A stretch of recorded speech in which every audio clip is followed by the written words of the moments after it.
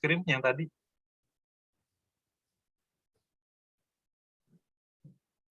Tolong di share screen.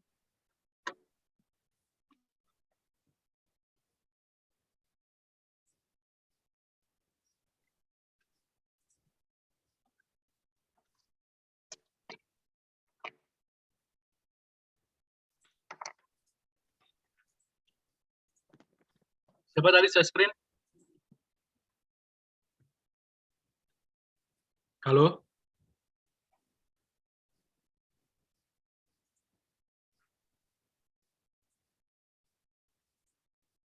Halo? Ini ada orang nggak ya? Halo Pak, bentar Pak. Iya ya, udah muncul sekarang. Bentar.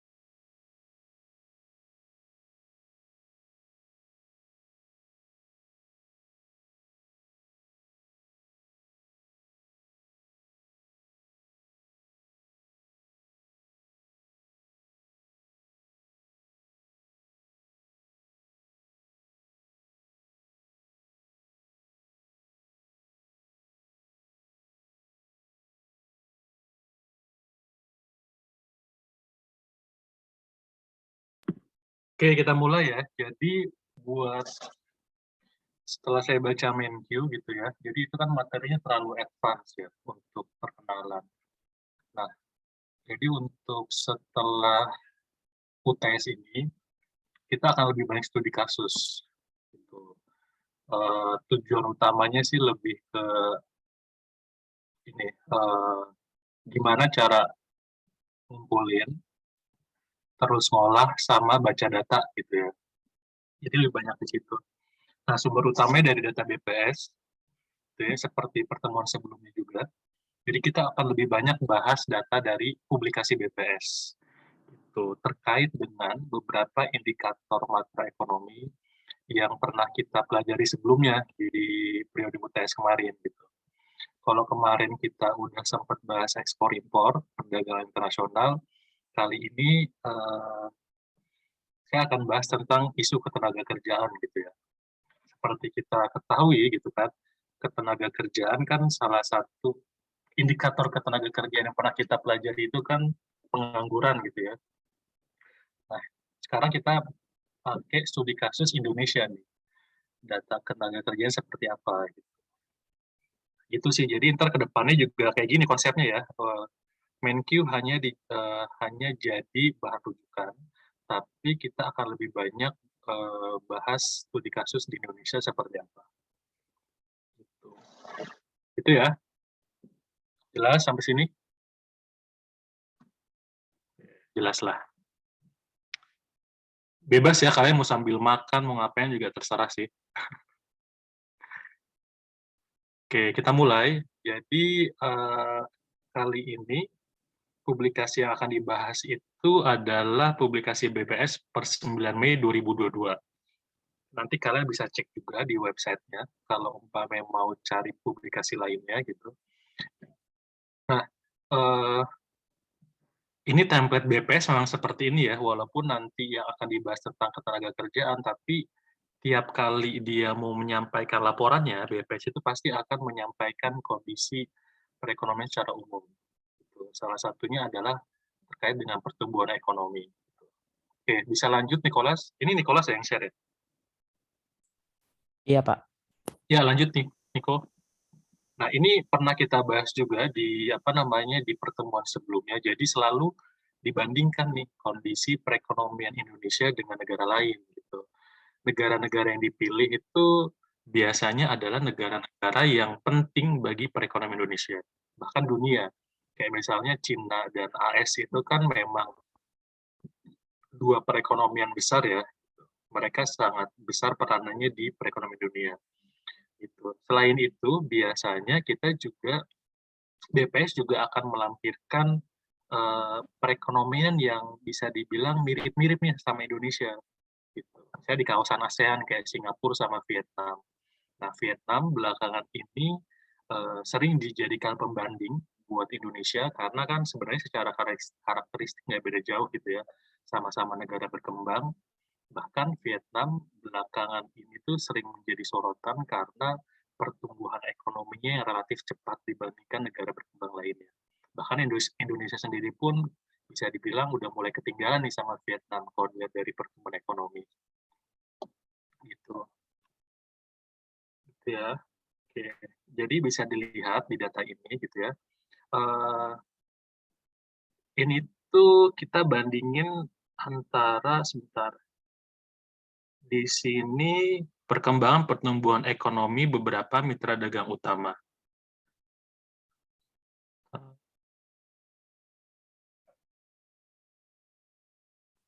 Oke, sebelumnya Nicholas sebentar.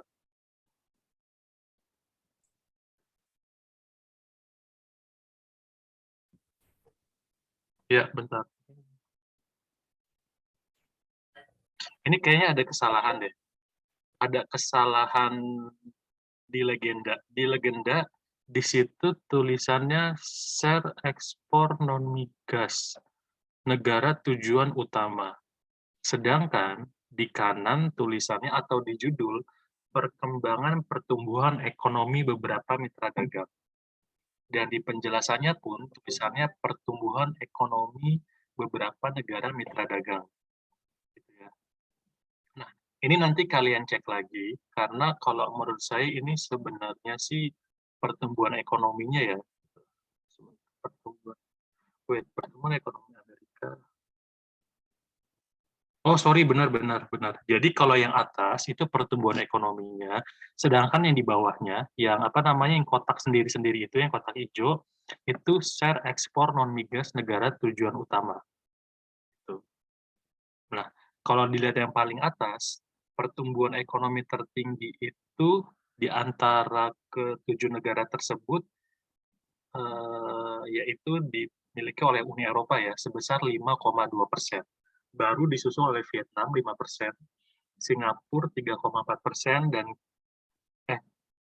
Tiongkok 4,8%. Indonesia berapa? Ada yang tahu nggak? Indonesia berapa persen?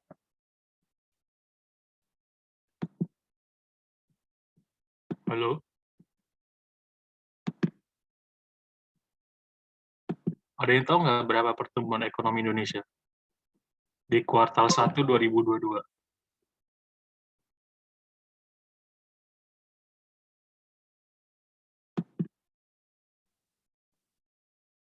Yo, ada yang tahu nggak? Jadi kalau kalian masih ingat di pembahasan sebelumnya, eh, pertumbuhan ekonomi Indonesia di triwulan 1 2022 itu sebesar 5,01%. Ya. Jadi bisa dibilang ya relatif tinggi sih dibanding beberapa perekonomian lainnya. Dan yang perlu kalian ingat gitu ya, cara baca datanya YOY. YOY itu maksudnya Y on Y. Ada yang masih ingat nggak itu maksudnya apa? Year on year bukan, Pak? Jadi maksudnya gimana? Year on year itu maksudnya apa? Cara cari dapat data itu gimana? Tahun ke tahun, Pak. Berarti kalau misalnya di sini kuartal 1, di sini kan kuartal 1 2022, berarti dibandinginnya dengan apa?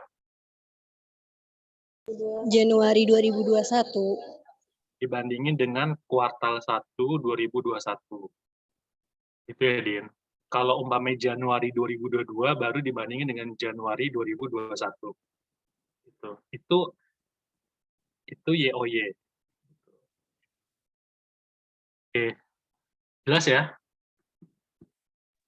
Jelas, Pak. Ini pertumbuhan ekonomi di beberapa negara kayak gitu.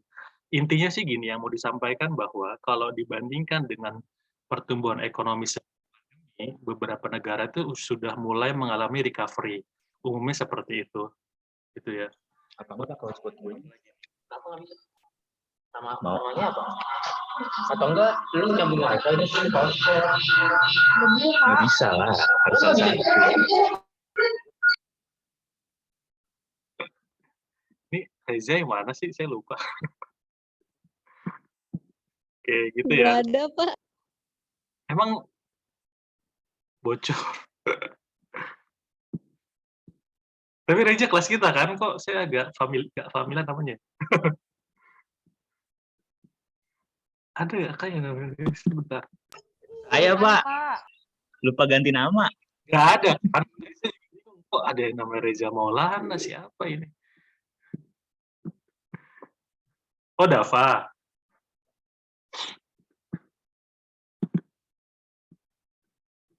Oke, lanjut.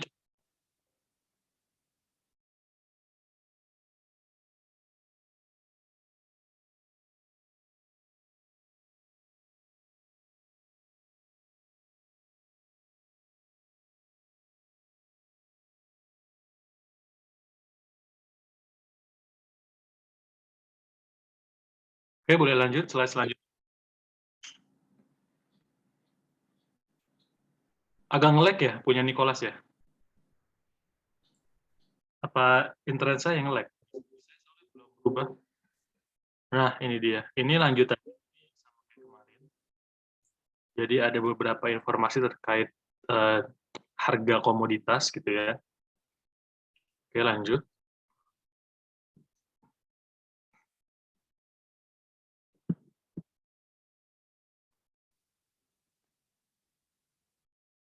Nah, ini dia.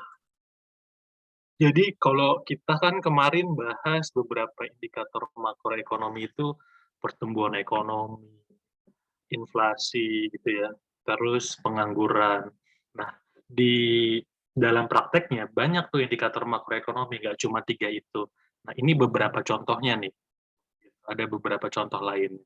Jadi di publikasi BPS ini ada beberapa informasi nih. Misalnya tuh yang pertama, di situ ada data terkait aktivitas produksi, konsumsi, dan investasi di kuartal 1 2022. Apa aja? Yang pertama tuh, yang pertama ada kapasitas produksi terpakai industri pengolahan, yaitu sebesar 72,45%. Kira-kira ini nunjukin apa menurut kalian? Kalau kalian dapat informasi gitu ya, data kayak gini, ada data kapasitas produksi terpakai. Itu maksudnya apa? Nggak perlu googling, tapi kayak ini aja sih. Yang terbayang dari kalian, kira-kira ini tentang apa gitu?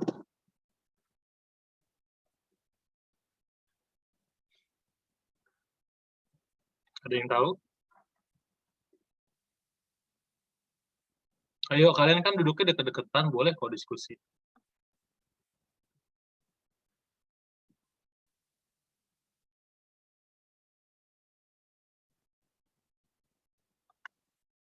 Halo?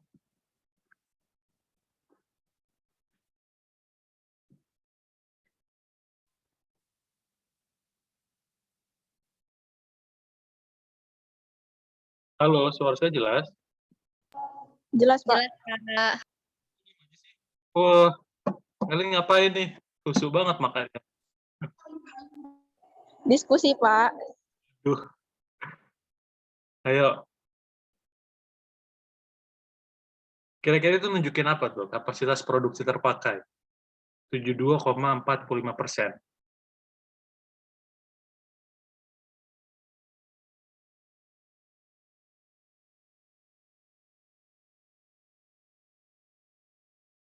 Ada yang punya bayangan nggak?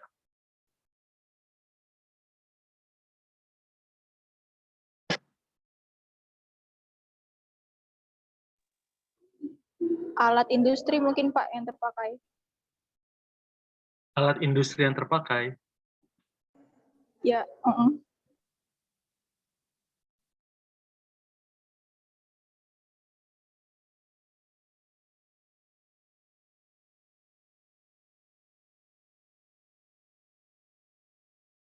Jadi maksudnya kapasitas produksi itu gini.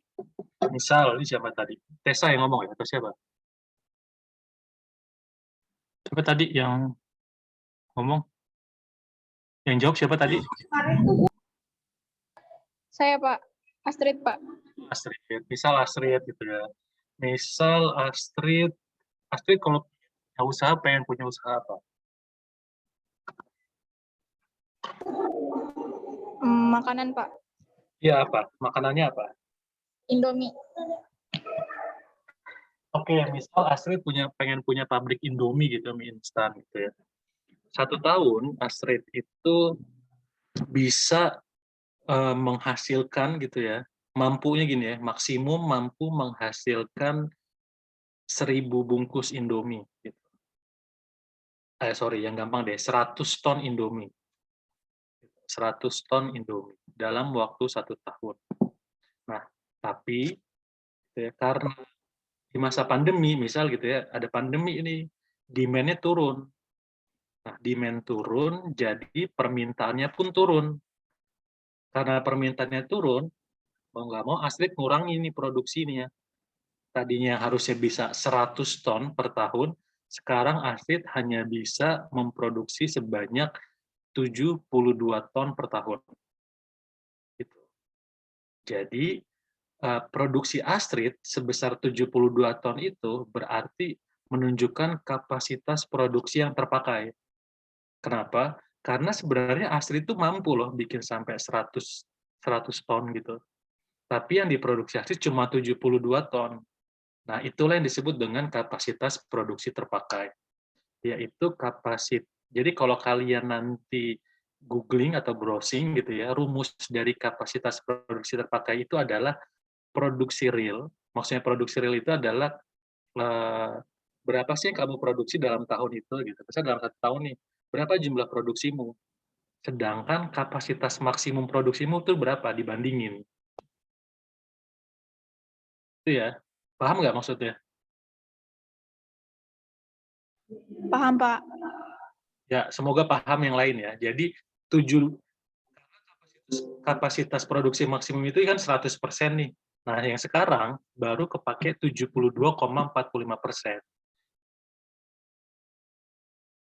Ini bisa menjadi indikator dari produktivitas suatu perusahaan. Dari sini kan bisa kelihatan ya, dari nilai kapasitas produksi berarti perusahaan sebenarnya masih bisa nih memproduksi, ada peluang apa namanya ya, ada peluang sebesar 28% lagi nih buat naikin kapasitas produksinya hingga maksimum.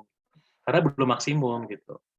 Nah, kalau kalian punya data di kuartal sebelumnya, misal di kuartal 1 2021 gitu ya. Misal di 2021 kapasitas produksi terpakainya 70%. Nah, dari situ kalian bisa lihat, kalian bisa bandingin, oh ternyata ada peningkatan nih kapasitas produksi dari yang kapasitas terpakai produksi dari 70 ke 72% gitu.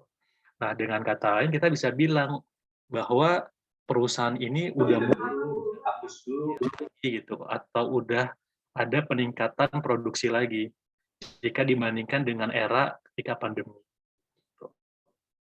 Gitu ya, jelas? Jadi kapasitas produksi terpakai bisa menjadi salah satu indikator gitu ya, indikator apakah suatu perekonomian ini mulai bangkit lagi atau enggak. Kita bisa bandingin tuh. Kalau umpamanya jika dibandingkan dengan periode sebelumnya mengalami peningkatan, kita bisa bilang bahwa oh ini mulai aktif lagi nih kegiatan industri. Oke, jelas? Nah, Jelas Pak.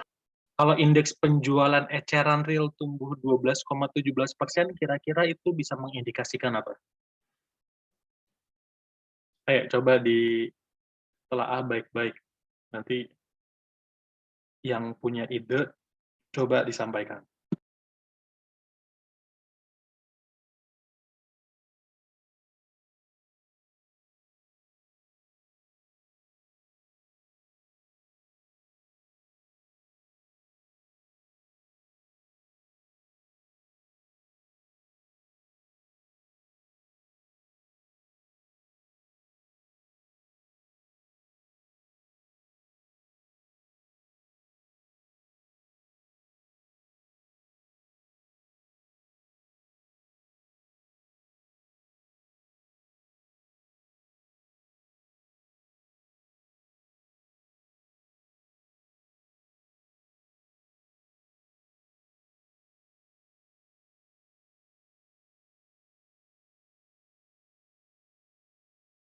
Gimana? Ada yang punya pendapat nggak?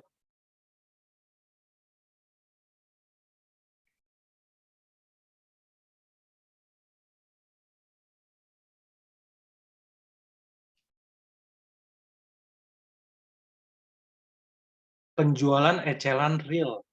Maksudnya apa tuh? Penjualan eceran real. Ada real, ada nominal ya berarti. Kalau real berarti jumlahnya nih naik nih.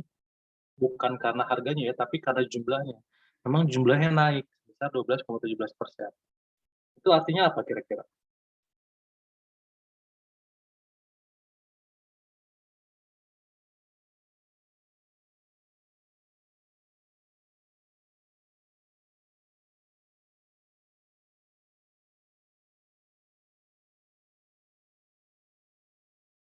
Halo, ada yang punya pendapat?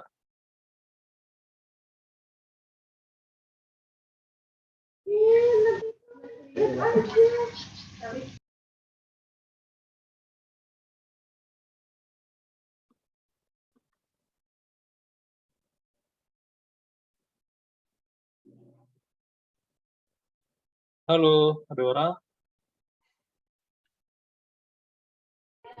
Ada, Pak.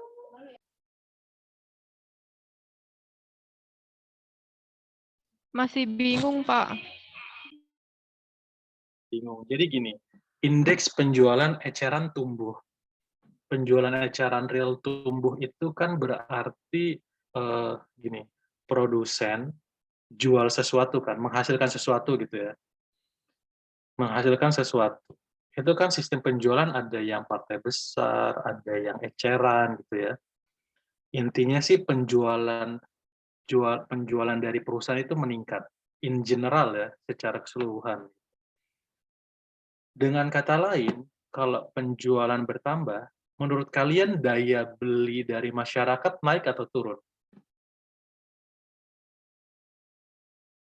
Naik, Pak. Naik. Oke. Berarti dari indikator ini, dari indikator penjualan eceran tumbuh, bisa mengindikasikan bahwa adanya kenaikan daya beli masyarakat. Nah, hal ini penting ketika kita membandingkan nih kondisi sebelum dan setelah pandemi. Kalau ada yang nanya ke kalian gitu, kira-kira perekonomian kita udah makin baik atau enggak sih gitu? Jawaban kalian kira-kira apa? Kalau dilihat dari dua indikator utama, kalian bisa bilang, oh udah makin bagus nih. Kenapa? Nih, buktinya kapasitas produksi terpakai udah naik. Tadi 70, sekarang 72%. Berarti kan perusahaan-perusahaan udah mulai ini ya, udah mulai aktif berproduksi lagi ya. Produktivitas mereka meningkat. Selain itu, daya beli masyarakat juga udah mulai naik. Bisa dilihat dari mana? Tuh. Bisa dilihat dari indeks penjualan eceran real yang tumbuh sebesar 12,17%. Gitu. Ini kan kita bandingin antara kuartal 1 2022 dengan kuartal 1 2021 ya. Di mana di 2021 kan dulu statusnya masih pandemi. Ya, maksudnya masih ketat lah. Gitu. Sedangkan di kuartal 1 2022 ini bisa dibilang kita udah mulai nih, udah mulai apa? Udah mulai pasca pandemi lah gitu ya. Walaupun belum dicabut secara resmi ya, tapi kalau kita lihat di lapangan kan udah relatif lebih apa namanya longgar gitu. Jadi kalau dilihat dari dua indikator utama, yang dua yang tadi yang awal, kita bisa bilang oh kondisi pasca pandemi udah mulai membaik gitu. Jelas nggak maksudnya? Bisa dimengerti nggak? Jadi yang perlu kalian ingat adalah indikator ya, indikator makroekonomi. Apa sih indikator gitu ya? Indikator itu kan sesuatu yang digunakan untuk apa ya, sesuai bahasanya ya, untuk mencerminkan kondisi tertentu. Gitu. Namanya juga indikator. Waktu itu kan saya pakai contoh suhu tubuh gitu ya. Suhu tubuh itu kan mengindikasikan kondisi tubuh kita seperti apa, kesehatan kita seperti apa. Kalau suhu tubuhnya misal di atas suhu normal, berarti kan itu bisa mengindikasikan bahwa, oh, kita lagi sakit nih. Gitu. Atau tekanan darah. kalau tekanan darahnya lebih dari sekian, apa namanya, istilahnya apa sih kalau tekanan darahnya lebih dari 120 gitu ya. Oh, ini berarti tekanan darah tinggi nih. Kalau tekanan darah tinggi kemungkinan penyakitnya ini. Nah, tapi itu kan baru indikasi. Itu penyakitnya beneran itu gitu. Jadi ini baru indikasi. Nah, perlu ada dicek lagi seperti apa. Nah, begitu pula dengan indikator makroekonomi itu digunakan untuk mencerminkan gitu ya. Ini kondisi perekonomian kita itu baik atau enggak sih? Membaik atau memburuk? Jadi nanti dibandingkan antar indikator, antar periode. Jelas sampai sini? Oke. Kalau yang ketiga ini From Manufacturing Index Bank Indonesia. Ini saya juga belum tahu, nanti saya cek lagi. Kita lanjut dulu yang keempat. Nah, yang keempat nih, konsumsi listrik untuk segmen industri. Nah, jadi listrik itu kan konsumsinya, jadi kalau kalian nanti buka data PLN, di situ ada tuh data konsumsi berdasarkan penggunanya. Ada rumah tangga, ada industri, atau kayak perusahaan gitu. Nah, itu dibedain. Gitu ya. Nah, ketika kalian misal nih disajikan, nih ada data konsumsi listrik untuk industri tumbuh 15,44%, apa yang bisa kalian sampaikan? Kalau ditanya, ini artinya apa nih? Ini mengindikasikan apa? Jawaban kalian apa? Coba Felis, ini kayak mulai saya tunjuk-tunjuk lagi deh. Ayo Felis jawab. Pak, saya nggak ngerti, Pak. Analogi ya Felis, kalau misalnya listrik di rumah kamu naik, gitu ya, tagihannya naik, itu kira-kira gara-gara apa?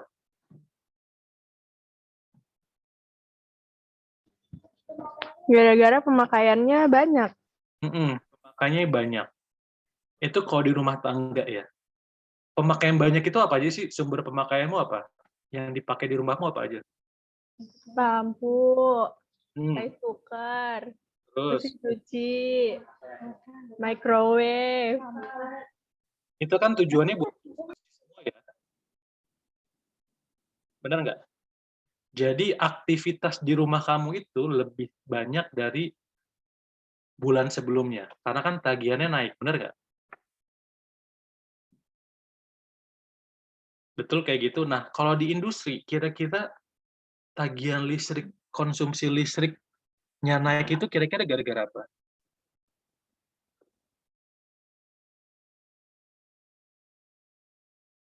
Ayo pakai analogi yang sama. Kalau di industri, katakan tadi lah pabrik Indomie-nya Astrid, tagihan listriknya tuh naik, atau konsumsi listriknya naik itu kira-kira gara-gara apa? Aktivitas produksinya naik, Pak. Iya, jadi bisa jadi gini, waktu pas sebelum pandemi, kan demand turun ya. Demand turun, Astrid yang tadinya mungkin bisa memproduksi dalam kondisi normal 100 ton, Astrid cuma bisa memproduksi 50 ton. Berarti kan, misalnya nih, yang tadinya mesin yang beroperasi 10, sekarang cuma 5. Kan otomatis tagihan listrik juga berkurang kan? Pemakaian konsumsi listrik juga berkurang, benar nggak? Tapi ketika demand-nya mulai naik nih, mulai normal lagi gitu ya, permintaan naik, Astrid juga produksinya nambah nih, bikin Indomie lebih banyak. Gitu.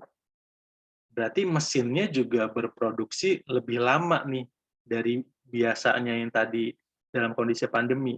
Benar nggak kayak gitu? Ketika kamu makin banyak produksinya, berarti mesinnya bekerjanya juga lebih lama. Ketika mesinnya bekerja lebih lama, gitu ya, atau lebih banyak, gitu ya, berarti kan konsumsi listrikmu bertambah. Benar? Nah, jadi peningkatan konsumsi listrik itu bisa menjadi indikator bahwa indikator dari aktivitas produksi perusahaan atau aktivitas produksi industri tertentu. Nangkap nggak maksudnya? Nangkep, Pak. Ya, jadi itu.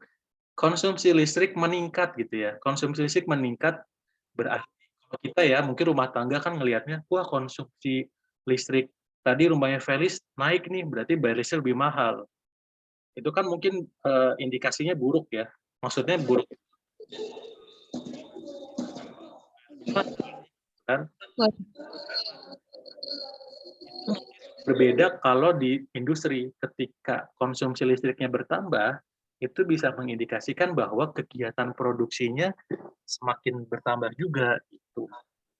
Itu baru indikasi, karena bisa jadi juga negatif ya, setelah dicek nih, oh konsumsi bertambah mungkin karena adanya ketidakefisienan dalam penggunaan mesin gitu.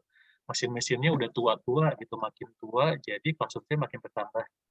Tapi kalau di awal gitu ya, kalau ngeliat data ini kita bisa lihat nih, mungkin ini mengindikasikan bahwa kegiatan ekonomi sudah mulai aktif lagi. Jelas maksudnya?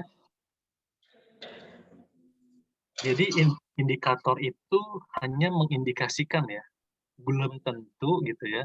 Tadi yang saya bilang, misalnya kalau kamu cek suhu tubuh, wah suhu tubuh kamu tinggi nih, wah ini bisa mengindikasikan bahwa kamu mungkin kena demam. Tapi belum tentu itu karena demam. Setelah dicek, misalnya cek darah atau apa gitu, oh enggak kok ini cuma kecapean aja gitu, nggak sampai demam. Atau karena kepanasan gitu. Jadi perlu ada pengecekan selanjutnya. Gimana tuh pengecekan selanjutnya? Kita cek indikator lainnya seperti apa. Jelas ya? Nah, ini indikator yang keempat nih. Impor barang modal, bahan baku, dan barang konsumsi. Masing-masing tumbuh 30,68%, 33,4%, dan 11,77%. Impor dari luar ke dalam kan ya? Kenapa, Din? Impor dari luar ke dalam atau gimana? Enggak Pak. Ayo, ini kira-kira apa nih? Indikasinya apa nih? Kalau ada impor, kita jadi kayak berasa kayak dokter nih, gitu ya. Tapi dokternya dokter ekonomi. Kalau ada data kayak gini, ini bisa mengindikasikan apa ya?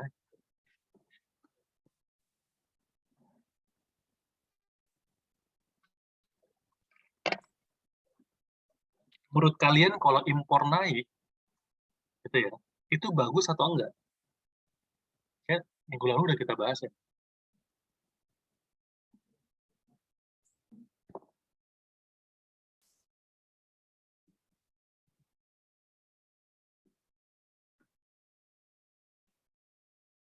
Bisa bagus, Pak. Kayaknya. Gimana tuh?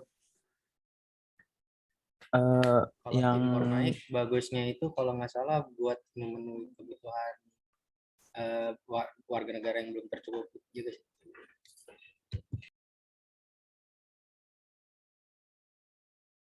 Itu kan datanya spesifiknya, udah ada tuh, impor barang modal naik 30,68%. Barang modal apaan sih kira-kira contohnya?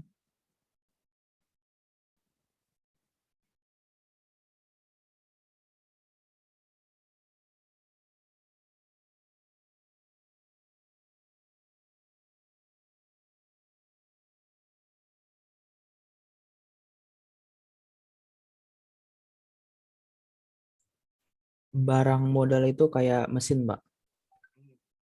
Jadi kalau mesin misalnya, impor mesin naik nih. Perusahaan kira-kira impor mesin buat apa? Menunjang Produksi. Menunjang produksi kan? Menurut kalian, kalau umpamanya perusahaan tersebut lagi, misalnya lagi apa namanya, di era pandemi gitu ya, misal dia lagi lesu gitu ya, dia bakal impor mesin nggak? enggak. Enggak kan, buat apa orang permintaan lagi dikit, produksi dia juga lagi dikit gitu kan. Nah, sebaliknya kalau misalnya nih produksinya lagi meningkat, karena demand-nya meningkat, dia kan butuh tambahan modal ya, maksudnya butuh tambahan barang modal kan. Untuk apa? Untuk mendukung proses produksinya dia. Benar nggak? Eh, logis nggak menurut kalian? Logis, Pak. Ya, begitu juga bahan baku nih. buat apa saya beli bahan baku atau nambah beli bahan baku kalau saya nggak ada produksi gitu ya. Jadi kenaikan impor barang modal dan bahan baku itu bisa menjadi indikator bahwa ya lagi-lagi indikator bahwa aktivitas produksi mulai meningkat lagi nih. Gitu. Itu salah satu indikasi aja ya. Indikasi lainnya apa? Kenapa ya mereka sampai impor gitu ya? Memangnya di dalam negeri nggak ada tuh barang? Gitu. Emangnya bahan bakunya nggak ada di dalam negeri? Nah, itu indikasi lainnya. Jadi itu pun bisa mengindikasikan bahwa, oh, barang-barang yang diimpor ini belum tersedia nih di dalam negeri, gitu. Atau sudah tersedia, tapi jumlahnya tidak mencukupi. Jadi, mau nggak mau harus impor, gitu. Jelas maksudnya?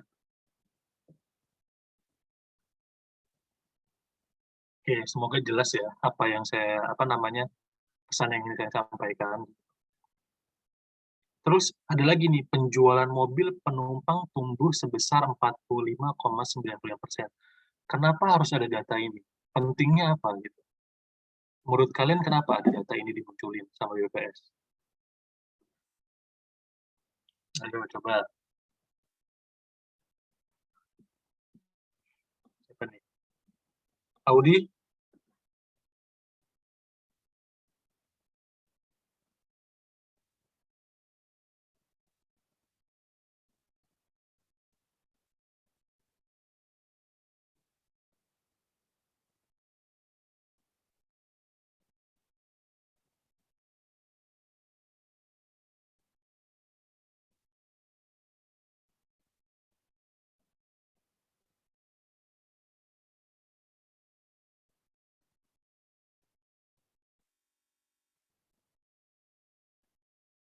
Halo?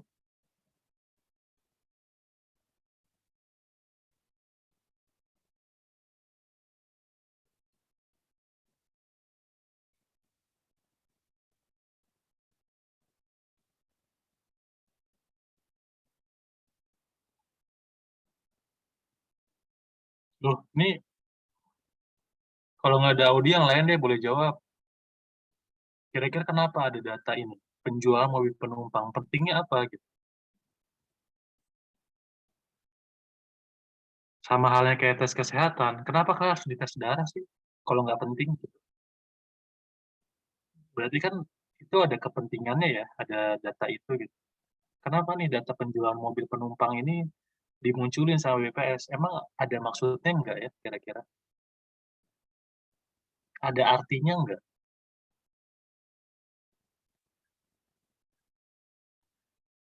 Ada Pak karena daya kok nggak masuk Pak? Mas ada Pak kayak karena daya beli masyarakatnya naik, makanya penting. Ini bisa menjadi indikator adanya kenaikan daya beli masyarakat gitu. Kenapa gitu? Ingat mobil itu kan masih barang tersier ya, benar nggak? Masih kita anggap sebagai barang tersier. Ketika orang udah mulai membeli barang-barang tersier, gitu ya, berarti kan kebutuhan pokok mereka, ini asumsi lagi ya, kebutuhan pokok mereka, kebutuhan sekunder mereka sudah terpenuhi kan? Itu bisa menjadi indikator bahwa, oh daya beli masyarakat udah mulai naik nih, sampai dia udah bisa beli barang-barang tersier. Gitu.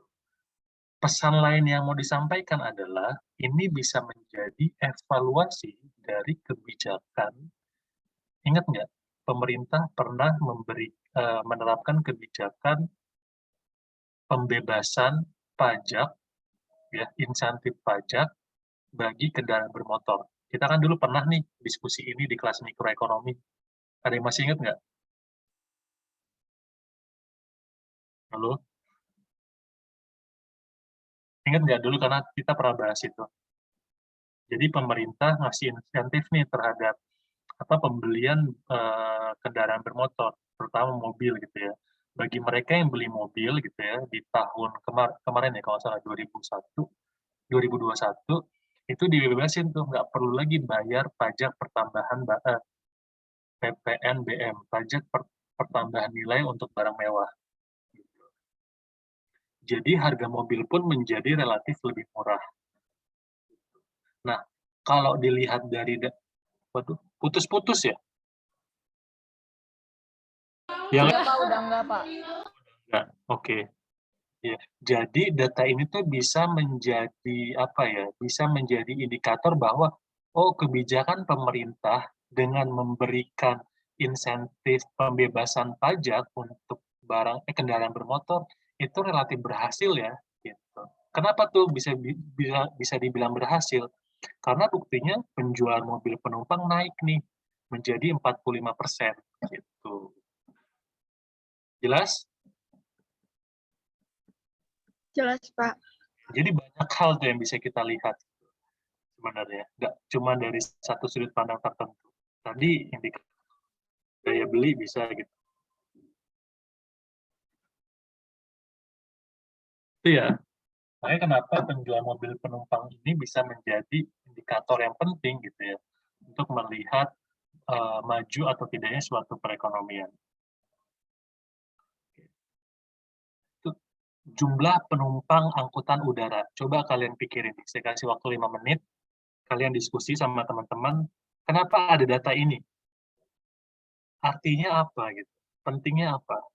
Oke, silakan.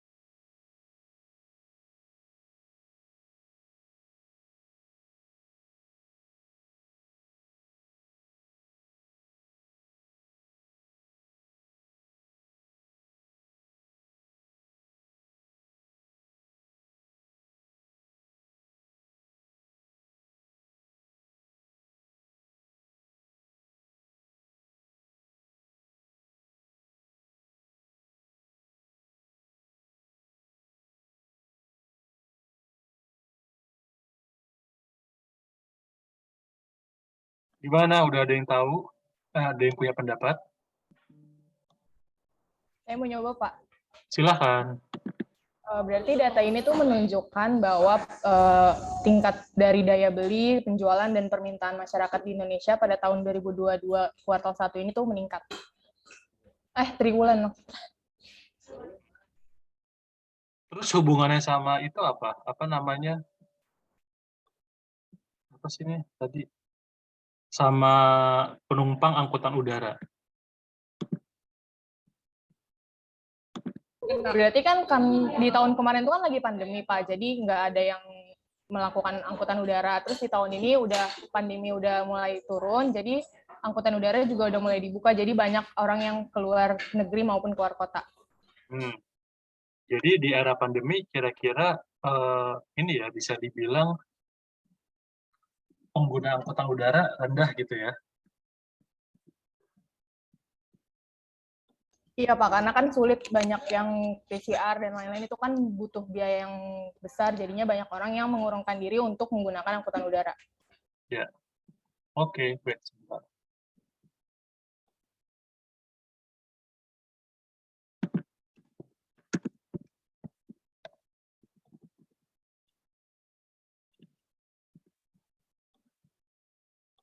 Ya, jadi kenapa ada data tentang ini gitu ya? Karena data ini bisa menjadi indikasi bahwa itu lihat, kalau kalian lihat di data yang sebelah kiri, itu kan ada rata-rata perubahan mobilitas triwulanan, ya nggak?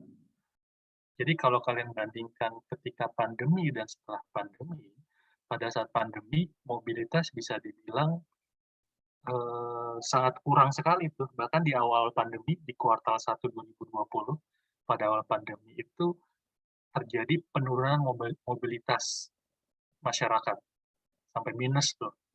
Nah, mulai bergeliat lagi tuh ketika kuartal 2 2021 tuh. Pelan-pelan hingga 2022 kuartal 1 mobilitas penduduk makin tinggi. Gitu. Itu bisa dilihat dari mana? Salah satunya adalah jumlah penumpang angkutan udara yang tumbuh sebesar 58,13%. Gitu. Kenapa bisa tumbuh nih? Tadi ada beberapa faktor, misalnya tadi yang disampaikan Tessa ya. Tessa kan mana tadi? Siapa? Salsa, Pak. Maaf, soalnya nggak kelihatan. Tadi yang Salsa bilang gitu ya, kenapa sih bisa nih tumbuh penumpang angkutan udara? Salah satu faktornya tadi, sudah mulai longgar, nggak ada pengetatan lagi. Longgarnya bisa lihat dari mana ya tadi, misalnya awalnya syarat untuk naik pesawatnya harus PCR, gitu. Kan itu mahal ya. Sekarang udah mulai dilonggarin bagi mereka yang sudah booster gitu ya, nggak perlu PCR. Atau bagi mereka yang udah vaksinnya 2 kali, cukup antigen. Gitu. Itu kan udah relatif lebih murah ya. Kalau yang sebelum-sebelumnya kan masih sangat ketat, jadi harus PCR dan tentu itu akan membuat orang mikir nih ya daripada naik pesawat, mending naik transportasi lain yang nggak perlu pakai syarat semahal itu atau seribet itu gitu. Indikasi lainnya bisa jadi ini mengindikasikan bahwa daya beli masyarakat mulai naik lagi. Gitu. Kenapa?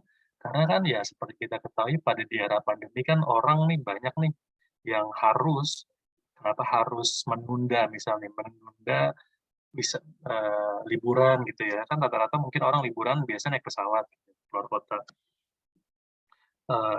Mereka harus menunda nih pergi liburan. Kenapa? Karena ada pengeluaran lain yang lebih penting, misalnya pengeluaran di sektor kesehatan gitu.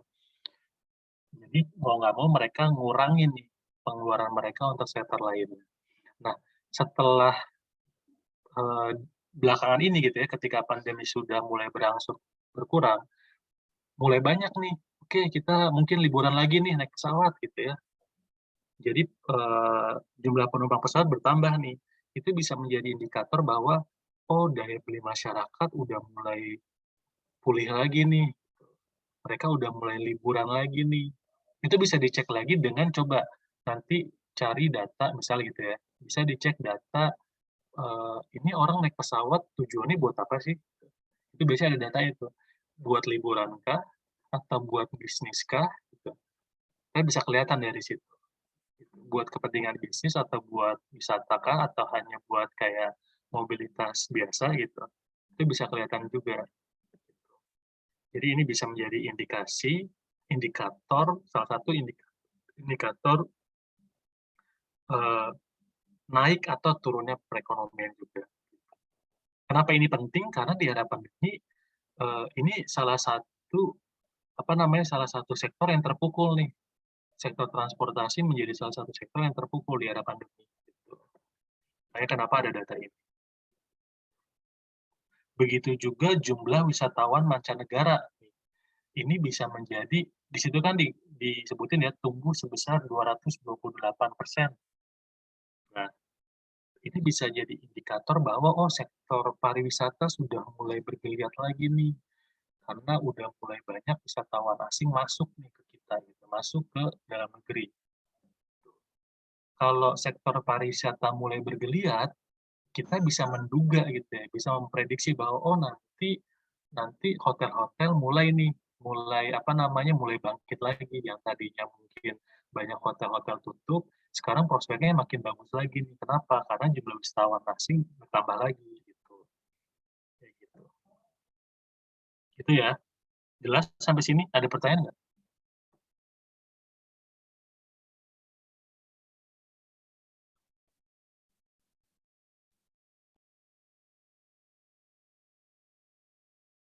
Pak, mau nanya dong, Pak. Silakan. Kalau Candi Borobudur menurut Bapak kayak gimana? Yang harganya naik setengah 750.000. Jadi sebenarnya tergantung tujuannya ya. Kalau menurut saya ya, tergantung tujuannya. Kalau tujuannya buat konservasi, itu masuk akal. Selama memang dasar penentuan harganya itu udah dikalkulasi dengan baik gitu ya. Saya asumsikan Pak Luhut punya tim ekonomi yang bagus lah di baliknya gitu ya. Jadi udah mempertimbangkan kenapa keluar angka 150. Tapi yang mau saya komentarin tadi itu, kalau menurut saya tergantung tujuannya. Kalau memang tujuannya buat konservasi, apalagi mempertimbangkan ya, mempertimbangkan perilaku wisatawan yang umumnya belum aware, belum bisa dibilang tuh belum aware terhadap menjaga kelestarian dari warisan budaya gitu ya. Dengan dinaikkannya harga tiket itu bisa menjadi salah satu cara untuk meminimalisir gitu ya, meminimalisir terjadinya kerusakan kerusakan objek wisata tersebut. Kalian masih ingat nggak dulu di mikroekonomi kita belajar yang namanya jenis-jenis barang. Ada private goods, terus ada public goods, ada artificially scarce, dan ada common, satu lagi, kok saya lupa. Kok lupa sih? Udah di ujung juga sebentar. Common goods atau apa sih istilahnya? Private goods.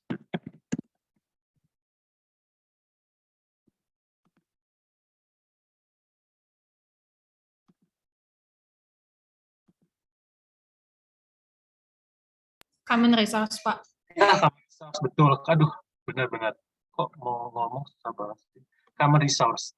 Nah, ini di contoh Borobudur ini dia kan masuknya apa sih? Orang bisa nggak masuk ke Borobudur? Semua orang bisa masuk nggak? Menurut kalian? Bisa, Pak. Yang bayar doang yang bisa kan? Ya, benar. Yang bayar doang. Terus kira-kira kalau makin banyak orang yang masuk ke Borobudur, kepuasannya makin berkurang atau enggak? Berkurang karena rame banget. Tuh, nah, jadi kalau yang saya baca beritanya, kan banyak tuh kerusakan yang terjadi di Borobudur. Benar nggak? Kenapa? Karena hampir semua orang bisa mengakses tuh ke Borobudur. Semua lapisan masyarakat bisa mengakses ke Borobudur. Jadi bisa dibilang orang yang paham seni atau paham budaya dengan yang tidak paham pun bisa masuk ke situ. Akibatnya apa? Akibatnya itu orang-orang yang nggak paham jadinya merusak tuh, menyebabkan terjadinya kerusakan di situs budaya tersebut. Nah, salah satu langkahnya adalah dengan membatasi orang yang bisa masuk ke situ. Caranya apa? Adalah dengan menaikkan tarif tiket masuk ke situ. Jadi, orang yang masuk ke situ, atau yang ingin masuk ke situ, hanya mereka yang benar-benar menilai bahwa warisan budaya itu emang mahal loh. Rela nih saya bayar sekian ratus ribu buat masuk. Kenapa? Karena menurut saya itu penting banget.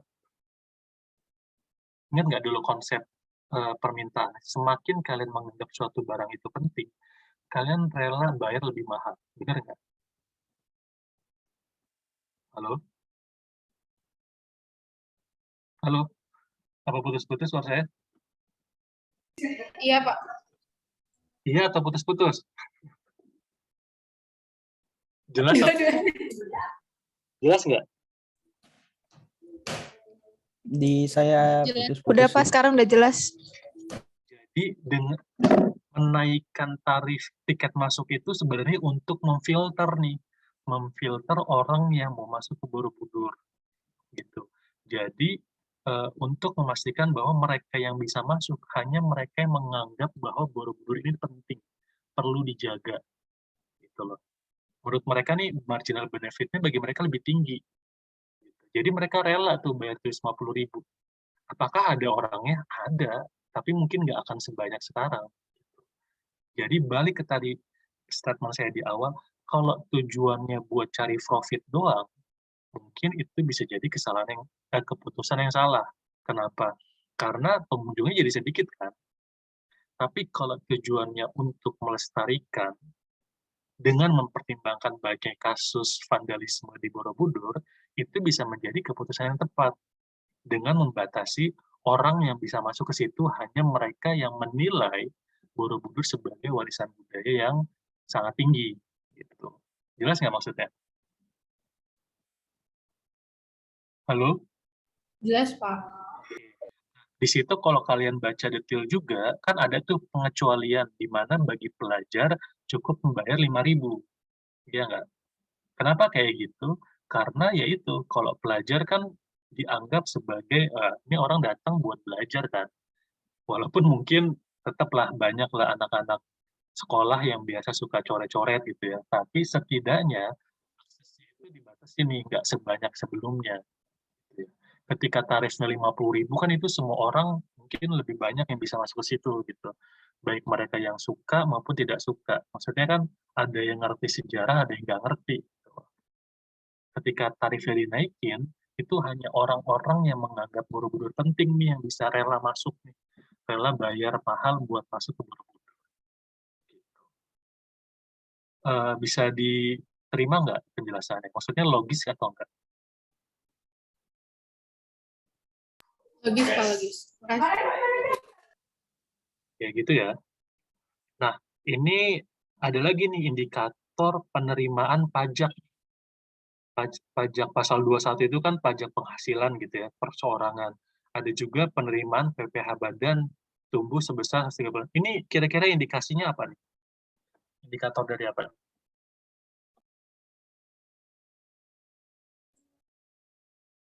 Kenaikan pendapatan, Pak. Ya, sederhananya seperti itu ya. Sederhananya bahwa, oh karena penerimaan pajak pendapatan masyarakat, pendapatan usaha juga naik. Ketika pendapatan naik, kita bisa bilang, oke, perekonomian udah mulai membaik nih. Kenapa membaik? Karena pendapatan meningkat. Sederhananya seperti itu.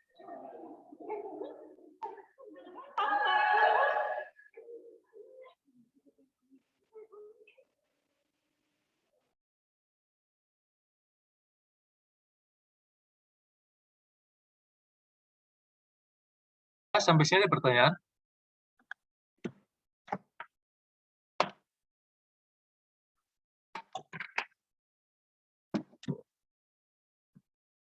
Nggak ada, kalau nggak ada lanjut. Lanjut, Pak.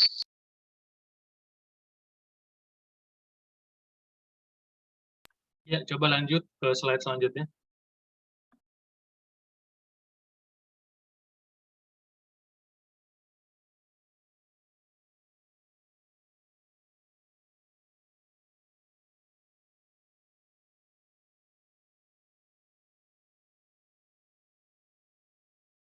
Di sini ada data tentang laju pertumbuhan dan nilai PDB triwulan. Gitu ya. Di sebelah kiri ada berdasarkan harga berlaku dan harga konstan. Masih ingat kan bedanya apa? Kalau harga berlaku berarti berdasarkan harga pada tahun tersebut gitu. Misal 2019 berarti harga 2019 berapa? 2021 harganya berapa gitu. Jadi harga yang berlaku. Sedangkan kalau harga konstan tergantung harga dasar yang digunakan tuh harga dasar tahun dasar kapan gitu. Yang jelas harganya nggak akan berubah tuh. Misal kalau menggunakan harga tahun dasar 2000, berarti ketika kita menghitung PDB tahun 2021, kita menggunakan harga di tahun 2000. Kayak gitu. Jadi harganya nggak berubah. Itu ya. Dari situ kita bisa lihat bahwa, oh, untuk PDB atas dasar harga berlaku itu nilainya relatif lebih tinggi ya jika dibandingkan dengan atas harga dasar konstan. Kenapa kayak gitu? Ya karena kalau berdasarkan harga yang berlaku, di situ ada faktor inflasi tuh, ada perubahan harga di dalamnya. Makanya nilainya relatif lebih tinggi jika dibandingkan dengan harga konstan yang hanya memperhitungkan kenaikan jumlah barangnya atau jumlah outputnya. Tidak ada di situ kenaikan harga. Jelas ya? Nah, ini cara baca datanya ya. Yang atas itu kan laju pertumbuhan quarter to quarter. Sedangkan yang bawah itu year on year. Misal, saya ambil contoh di kuartal 1 2022. Agak turunan dikit. Kalau kalian bandingin ya, yang di atas kuartal 1 2022 itu nilainya minus 0,96. Sedangkan yang bawah itu nilainya 5,01. Ini kan padahal sama-sama kuartal 1 ya, tapi kenapa nilainya berbeda? Karena cara penghitungannya juga berbeda. Kalau kuartal to kuartal yang paling atas, itu kalian ngitungnya gini. 0,96 atau minus 0,96 itu diperoleh dari PDB kuartal 1 2022, kalian bandingkan dengan PDB kuartal 4 2022. Setelah kalian bandingkan, barulah kalian nanti dapat minus 0,96%. Sedangkan kalau yang di bawah, yang year on year, kuartal 1 2022, itu kalian bandingkan dengan kuartal 1 2021. Nilainya ya, nilai PDB-nya atau nilai GDP-nya. Jelas sampai sini? Jelas, Pak. Gitu ya. Kalau yang atas kalian bandingkan per kuartal, kalau yang bawah kalian bandingkan kuartal yang sama tapi di tahun yang berbeda. Oke, makanya nanti hasilnya akan beda tuh. Oke, jadi kalau berdasarkan kuartal ke kuartal gitu ya, kalau kuartal 4 kuartal 1 2022 dibandingin dengan kuartal 4 2021, pertumbuhan ekonomi Indonesia itu terkontraksi sebesar 0,96%. Atau dengan kata lain pertumbuhannya negatif. Kontraksi itu maksudnya itu ya, kontraksi berarti berkurang, pertumbuhannya minus. Sedangkan kalau dibandingkan kuartal 1 2022 dengan kuartal 1 2021 year on year, tumbuh sebesar 5,01%. Oke, jelas ya?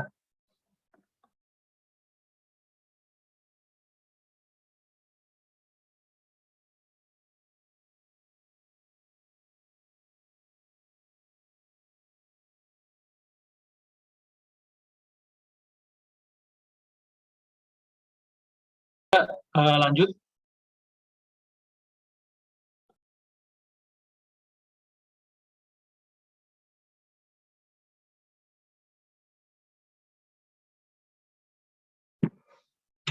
Oke, kalau di sini kita ada data terkait dengan distribusi dan pertumbuhan PDB menurut lapangan usaha. Ya. Maksudnya distribusi itu apa sih? Sebelah kiri ada distribusi, di tengah-tengah ada sektornya, di sebelah kanan ada pertumbuhannya. Itu bacanya gimana? Ada yang tahu nggak?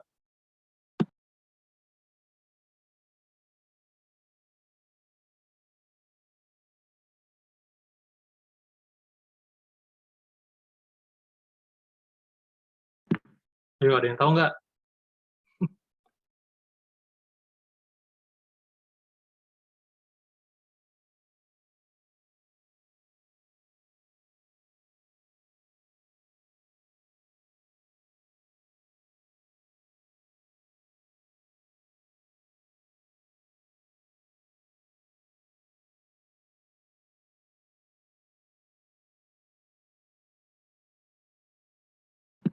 Halo, ada yang tahu?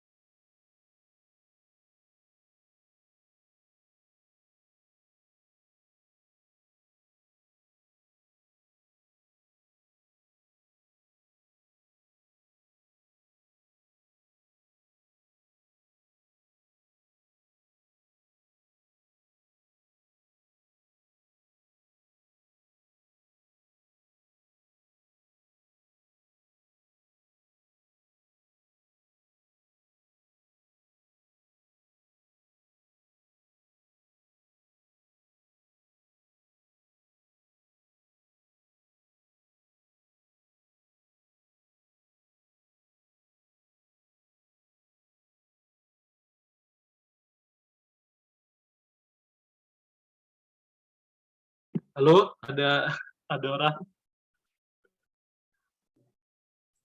Ada Pak. Ada Pak, ada Pak. Jadi kalau yang sebelah kiri itu dia menunjukkan kontribusi masing-masing sektor. Misal nih GDP Indonesia di tahun 2022 itu sebanyak 100 juta gitu ya. 100 juta. Nah, 19%-nya itu berasal dari industri atau 19 juta. Itu contoh gampangnya gitu ya. 19 jutanya itu berasal dari industri. Sedangkan 13 jutanya dari perdagangan. Begitu seterusnya sampai bawah. Nah, kalau yang paling kanan itu pertumbuhan untuk masing-masing sektor. Pertumbuhan untuk sektor industri year on year, gitu ya. Yang on itu berarti di kuartal 1 2022 dibandingkan dengan kuartal 1 2021, pertumbuhannya 5,07%. Gitu.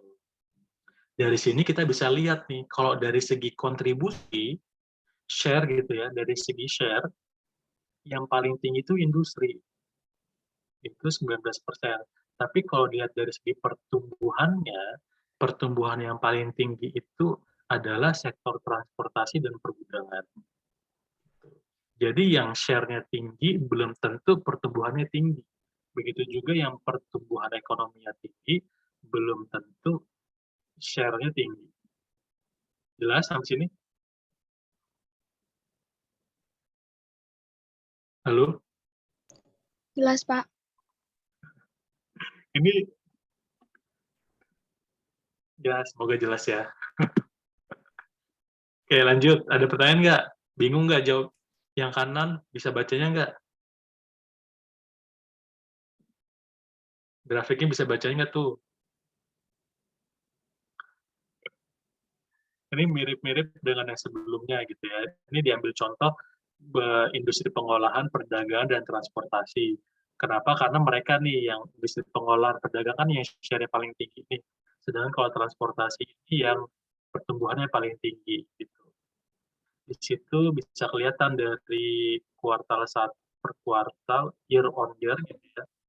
Secara year on year untuk industri pengolahan, ini apa sih? Sebentar.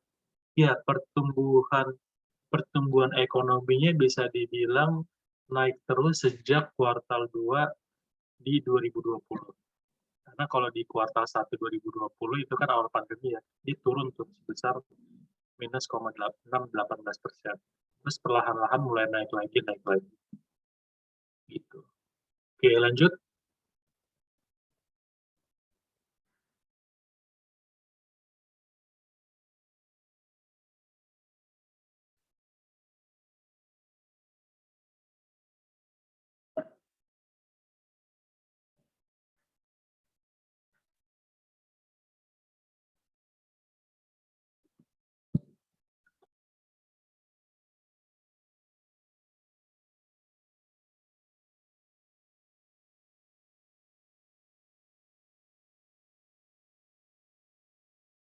Ya, kalau ini sumber pertumbuhan ekonomi Indonesia. Jadi menurut Lapang Usaha.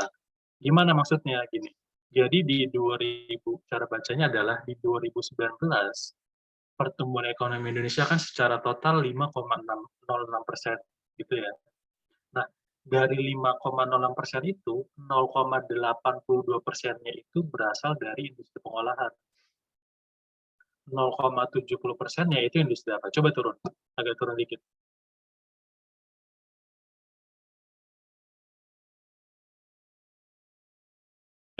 Kejauhan turunnya. Dikecilin deh, mungkin yang atas dikecilin dikit, biar kelihatan legendanya.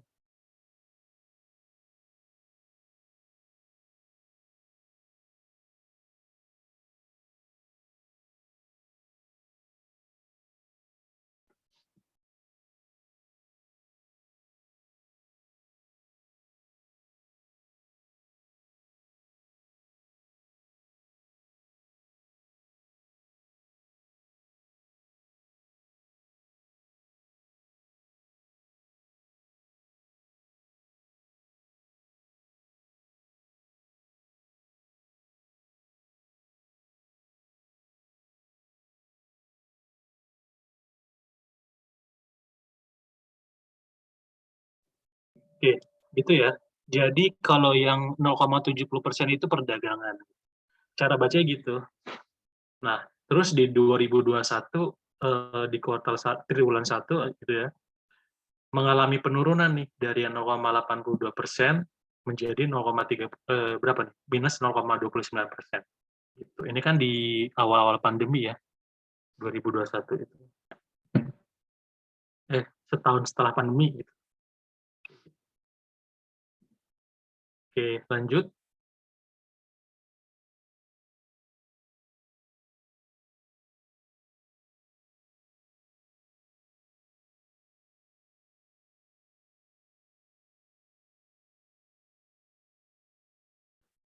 Nah, kalau ini berdasarkan pengeluaran. Kalau tadi kan berdasarkan lapangan usaha.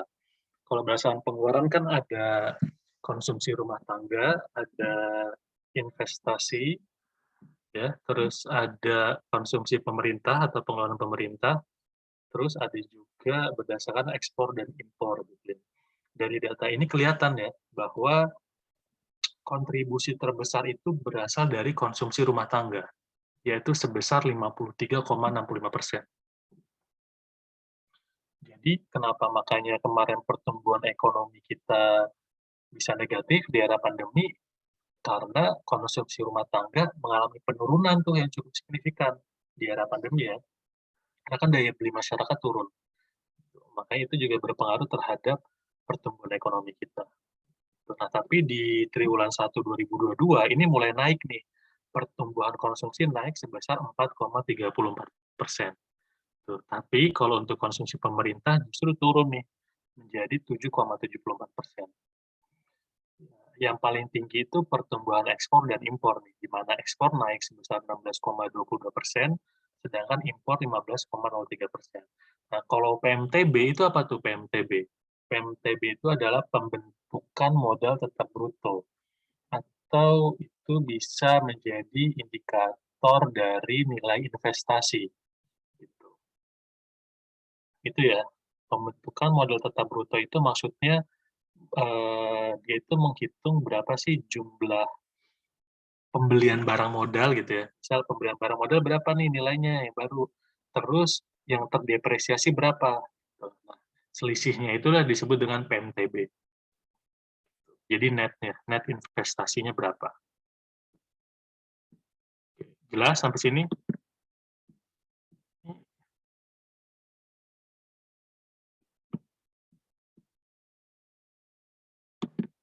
Oke, turun ke bawah.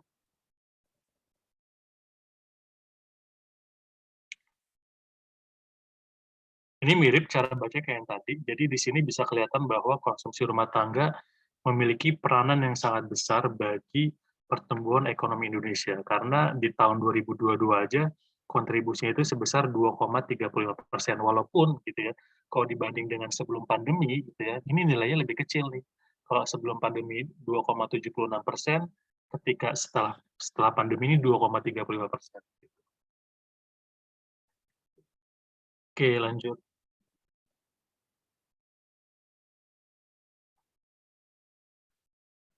Nah, kira-kira kalau ini artinya apa nih? Ada yang tahu nggak?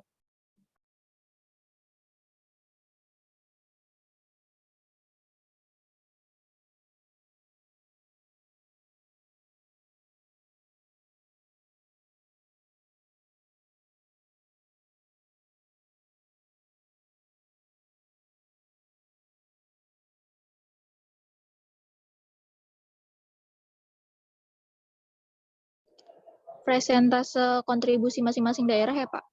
Iya. Kalau dilihat data ini menurut kalian gimana?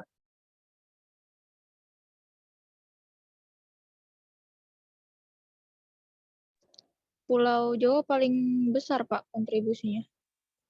Ini bagus atau enggak kira-kira kalau gitu?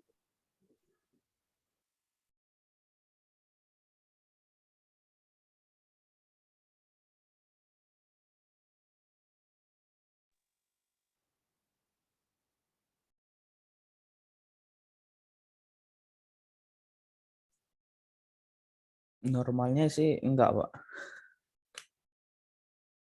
Ini tuh bisa mengindikasikan tentang apa namanya ya?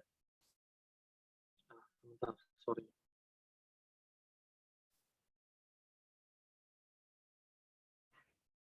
tentang pemerataan pembangunan di Indonesia. Kalau dilihat di sini kan sebagian bisa dibilang lebih dari setengah kegiatan ekonomi itu Jawa ya. Kegiatan ekonomi terpusat di Jawa. Kebayang nggak kalau tiba-tiba misalnya Jawa kolaps nih, ada terjadi sesuatu gitu. Efeknya gimana tuh ke Indonesia? Bisa jadi Indonesia bakal lumpuh nih. Karena kita sangat bergantung terhadap Pulau Jawa. Ya. Dari sini juga kita bisa lihat gitu ya bahwa mungkin bisa menjelaskan kenapa gitu ya tingkat kesejahteraan di Pulau Jawa itu relatif lebih tinggi jika dibandingkan dengan pulau-pulau lainnya. Karena produktivitasnya juga relatif lebih tinggi dibanding pulau lainnya. Gitu. Tuh. Karena kalau lihat dari sini kan ya Pulau Jawa itu berkontribusi sebesar 57,78% dari total PDB Indonesia. Hampir 60% itu dari Pulau Jawa. Padahal kalau dilihat dari ukurannya ya, Pulau Jawa kan relatif lebih kecil dibanding pulau lain. Gitu. Nah, sebenarnya akan lebih menarik kalau kalian punya data di tahun sebelumnya. Misal, kalau di tahun sebelumnya kontribusi Pulau Jawa itu 60% gitu. Sekarang turun jadi 57%. Berarti itu bisa menjadi indikasi bahwa pemerataan pembangunan mulai terjadi pemerataan pembangunan. Yang tadinya terpusat di Pulau Jawa 60%, perlahan-lahan mulai menyebar nih ke pulau lainnya. Gitu. Jelas maksudnya? Oke, semoga jelas. Lanjut.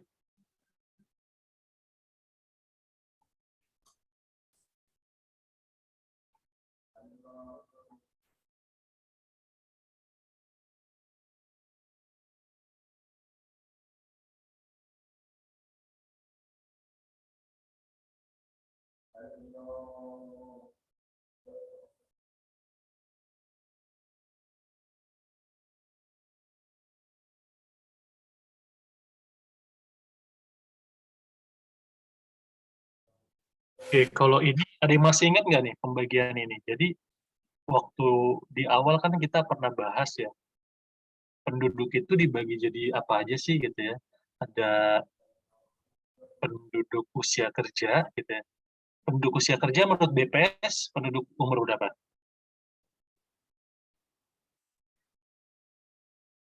Ada yang tahu nggak? 15 sampai 64 ya Pak, kalau nggak salah. Jadi kalau di BPS, berdasarkan definisi BPS, penduduk usia kerja itu adalah penduduk yang berumur 15 tahun ke atas. Nah, penduduk usia kerja dibagi lagi nih menjadi yang masuk angkatan kerja dan bukan angkatan kerja.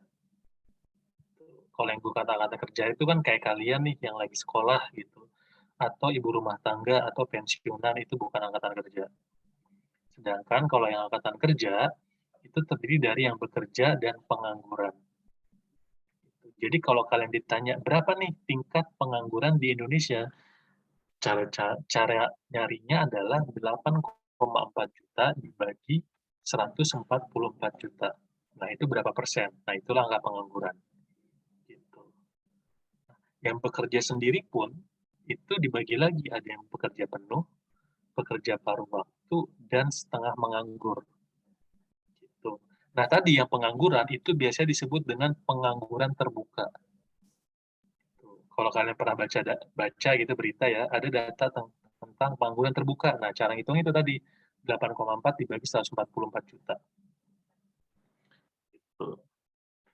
Pekerja paruh waktu di situ diartikan sebagai mereka yang kerja kurang dari 35 jam. Ya. Karena kan kalau yang bekerja itu minimal 35 jam. Gitu. Nah, kurang dari 35 jam itu disebut pekerja paruh waktu dan tidak sedang mencari pekerjaan lainnya. Sedangkan kalau setengah menganggur, dia sama-sama kurang dari 35 jam, tapi sedang cari kerjaan tambahan. Jelas? Jelas Pak. Pak bisa diulang nggak, Pak? Yang mana? Bagian mana? Yang tadi yang 8, itu dapat dari mana, Pak? Oh, jadi kalau pengangguran, kalau ditanya pengangguran, cara nyarinya adalah 8,4 juta dibagi dengan 144 juta. Jadi, nilai pengangguran dibagi dengan angkatan kerja dikali 100%. Itu tuh pengangguran terbuka. Gitu ya. Berapa angka hasil? Betul.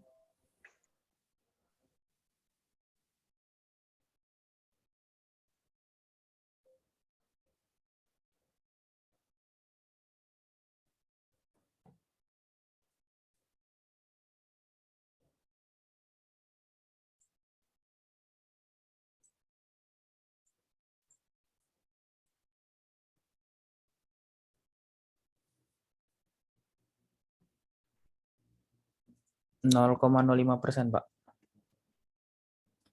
0,05. 0,05. 8,4 dibagi 144 kan, Pak? Hmm. Iya, 0,05, Pak.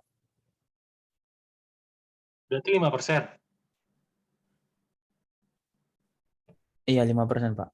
Ya, 5% ya. Pengangguran terbuka Indonesia tuh berarti sekitar 5%. Oke. Terus lanjut.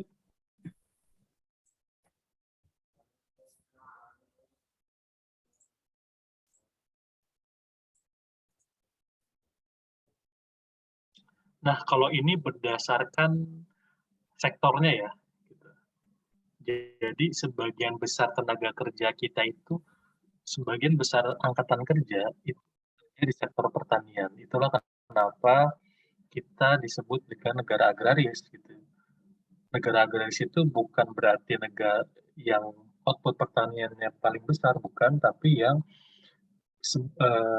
pekerjanya paling banyak. Paling banyak itu masih di sektor pertanian. Nah, dari data ini bisa kejawab tuh, benar nggak sih? Kalau sektor pertanian itu mulai ditinggalkan oleh orang-orang, benar nggak menurut kalian?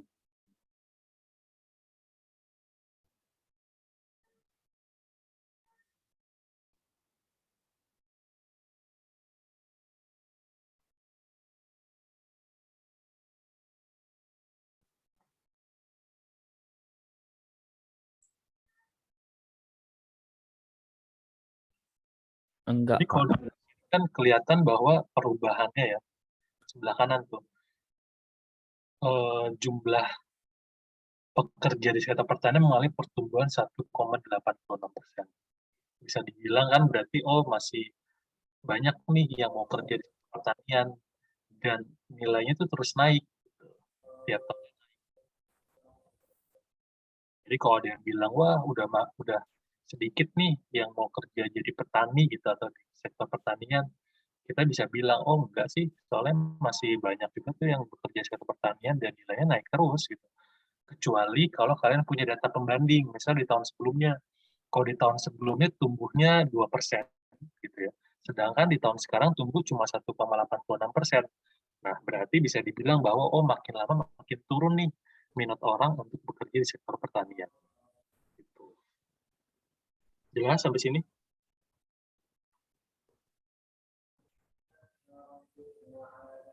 Jelas, Pak. Oke, lanjut.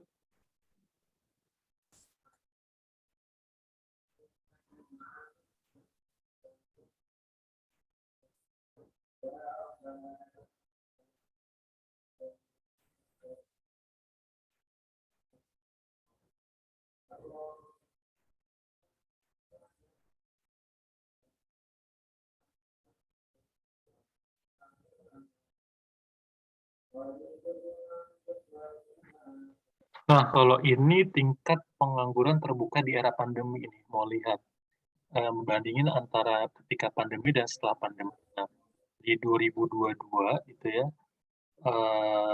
ini bisa menjadi indikator bahwa mulai membaik lagi nih ekonomi. Kenapa? Bisa dilihat nih, jumlah penduduk yang terdampak gitu ya. Dari kiri dulu deh, tingkat pengangguran terbukanya tadi nih di tahun 2020 di awal ya, Februari 2020, di awal pandemi, ini belum pandemi, 2020 itu kan kita dulu pengumuman kalau nggak salah April ya. Nah, di 2020 ini dalam kondisi normal, penganggurannya 4,94%, relatif rendah ya. Nah, baru di 2021 di era pandemi itu naik jadi 6,26%. Jadi itu menunjukkan bahwa perekonomian di era pandemi mulai memburuk. Kemudian di 2022 ini udah mulai turun lagi nih pengangguran. Jadi perekonomian udah mulai membaik lagi, sehingga pengangguran turun dari 6,26% menjadi 5,83%. Kalau yang atasnya itu angka dalam nilai juta ya. Jadi yang atas itu 6,9 juta, 8,5 juta, 8,4 juta. Oke, jelas ya?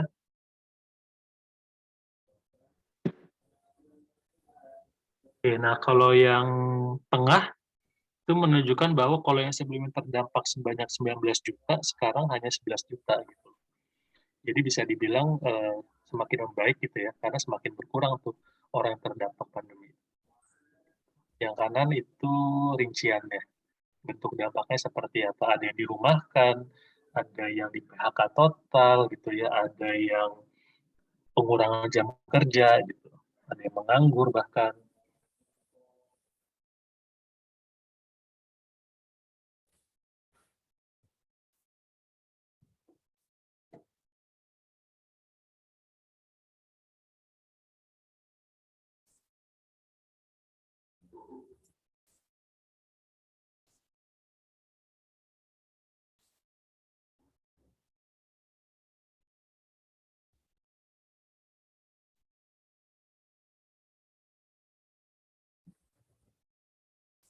Oke, lanjut.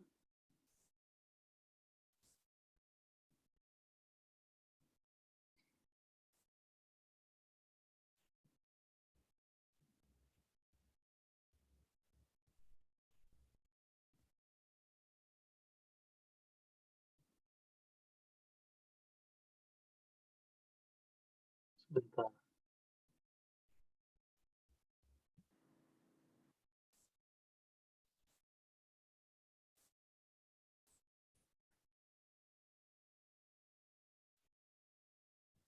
Ya, kalau ini berdasarkan tingkat pendidikan. Nah, ini menarik ya. Kalau kalian lihat, ternyata orang yang SD ke bawah gitu ya, semakin rendah tingkat pendidikannya gitu ya, justru tingkat penganggurannya nggak begitu tinggi. Jika kalau kamu bandingin dengan mereka yang lulusan pendidikan lebih tinggi. Kira-kira kenapa ya? Kenapa bisa begitu? Menurut kalian gimana?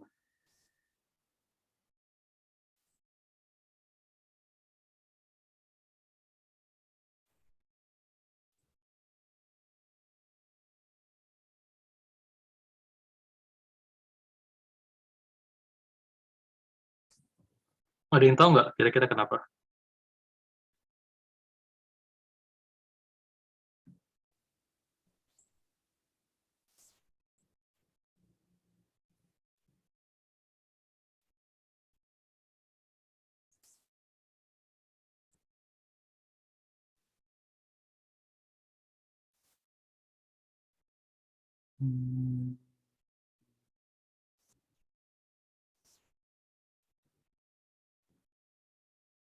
Pak, maaf tadi gimana? Kenapa?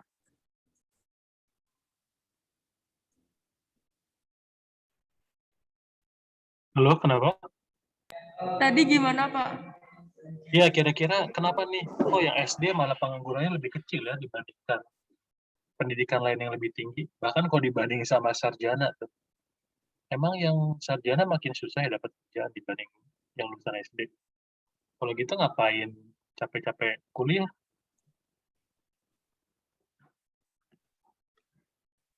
Itu karena banyak ini loh Pak, kayak karena terlalu tinggi pendidikannya, jadi susah nyari kerjanya gitu nggak sih Pak? Kenapa? Kok makin susah? kayak nyeleksi gitu Pak, individunya dalam Jadi memilih milih, pekerjaan. jadi milih-milih kerjaan ya. Iya Pak, jadi milih-milih kerjaan. Jadi mendingan apa dong? SD aja gitu ya, kalau nggak mau nganggur.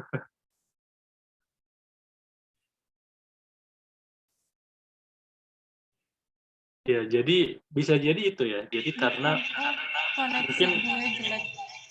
halo, ini ya bisa jadi karena gitu. Bagi mereka yang lulusan tinggi gitu ya, ekspektasinya mungkin bisa jadi lebih tinggi gitu ya. Dan mereka terutama terkait masalah gaji gitu. Mereka kan tentu maunya ya gajinya punya ekspektasi sendiri. Misal, oh harus di atas UMR kah atau harus, karena mereka mulai mempertimbangkan tuh kayak saya keluar biaya sebanyak ini buat pendidikan, berarti mereka juga pengennya dapat lebih dong dari itu. Ya nggak? Jadi wajar kalau misalnya makin tinggi pendidikannya, tingkat menganggurnya juga makin tinggi gitu. Karena bisa dibilang pekerjaan mereka gitu ya, atau kalau mau pekerjaan yang sesuai dengan kualifikasi mereka makin berkurang.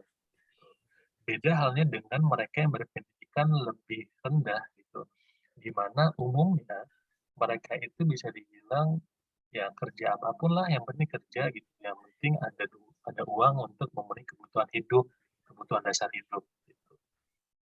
Sederhananya, emang mau nih anak-anak yang lulusan sarjana jadi kuli bangunan? Ada mungkin, tapi nggak banyak. Gitu. Atau mau nggak mereka jadi petugas kebersihan atau jadi pemulung? Ada, tapi mungkin nggak banyak. Beda halnya dengan yang pendidikan relatif lebih rendah gitu. Karena bagi mereka ya udah yang penting kerja, yang penting menghasilkan uang. Karena mereka juga tahu bahwa kualifikasi mereka hanya cukup sampai di situ gitu, nggak mungkin yang lebih tinggi lagi. Begitu kurang lebihnya. Itu salah satu kemungkinan yang menjadi penyebab kenapa pengangguran justru makin tinggi nih untuk pendidikan yang lebih tinggi.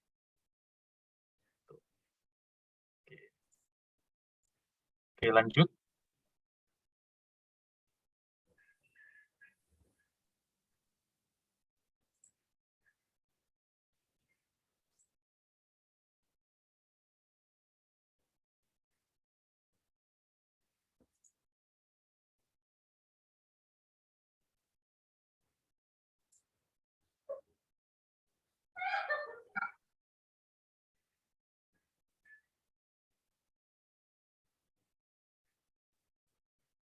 Oh, kalau ini, nah dari sini kelihatan nih, persentase pekerja formal dan informal.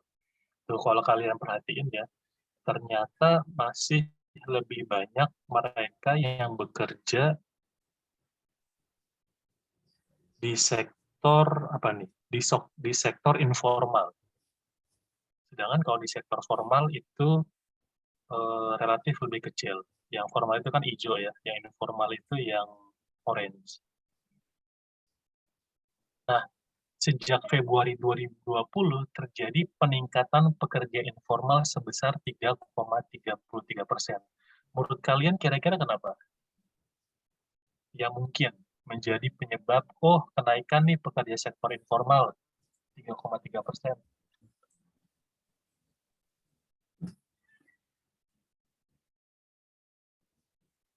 Kira-kira apa yang mungkin?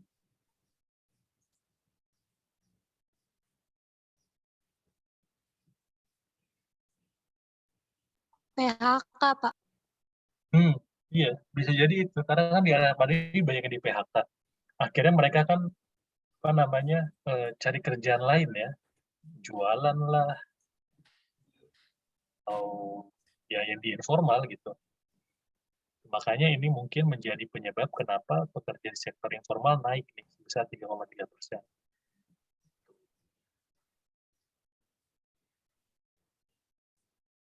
Kalau lihat dari yang sebelah kiri, ternyata masih lebih banyak mereka yang komposisi mereka yang bekerja pada orang lain gitu ya, masih relatif lebih tinggi ya, jadi buruh, karyawan, atau pegawai.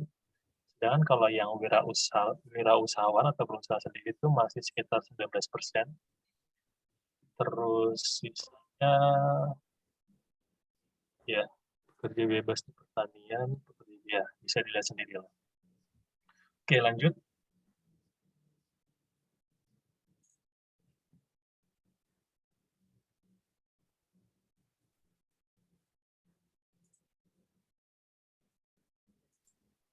Ini apa nih? Jam kerja penduduk bekerja.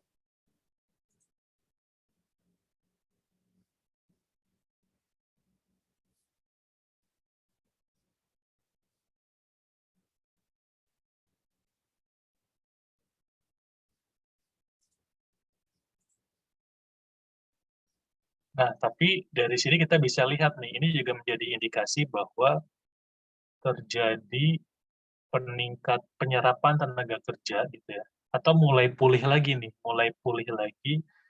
aktivitas ekonomi. Karena terjadi peningkatan persentase pekerja penuh pada Februari 2022. Karena bisa jadi waktu di pandemi sebelumnya kan banyak tuh yang dirumahkan atau dikurangi jam kerjanya gitu. Nah, ketika udah mulai normal lagi, jam kerjanya udah mulai balik lagi nih. Makanya di sini datanya menunjukkan bahwa terjadi peningkatan persentase pekerja penuh pada Februari 2022 jika dibandingkan pada tahun 2021 di era pandemi. Tingkat setengah pengangguran juga mengalami penurunan kalau dibandingkan dengan Februari 2021. Awalnya 87,1%, sekarang turun menjadi 7,86%. Walaupun ini nilainya masih relatif lebih tinggi ya jika dibandingkan pada kondisi sebelum pandemi, yaitu Februari 2020, 6,34%. Tapi trennya akan terus turun nih. Oke, lanjut.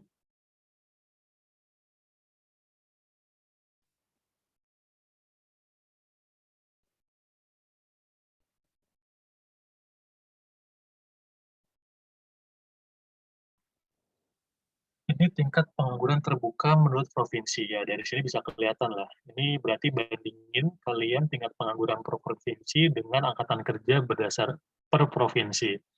Yang paling tinggi, ini dari yang paling rendah hingga yang paling tinggi ya. Yang paling rendah itu ada di Sulawesi Barat 3,11%, sedangkan paling tinggi itu di Banten. Kenapa Banten? Karena ya di Banten ya, di Tangerang, Banten, itu kan banyak pabrik-pabrik ya, banyak perusahaan di situ, di mana mungkin mereka yang di era pandemi itu paling banyak terdampak akibat dari pandemi tersebut. Jadi banyak yang nganggur di situ.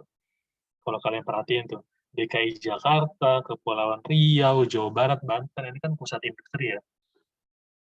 Riau itu Batam loh, Kepulauan Riau itu Batam, kalau kalian belum tahu. Gitu. Itu semuanya bisa dibilang pusat kawasan industri itu. Makanya nggak heran angka pengangguran di situ relatif lebih tinggi dibanding dengan daerah lainnya. Gitu. Karena di situ memang banyak sektor industrinya. Oke, lanjut. Oke, kayaknya cukup sampai situ sih untuk isu ketenagakerjaan. Besok mungkin minggu depan kalau nggak inflasi atau indikator makro lainnya. Ada pertanyaan sejauh ini?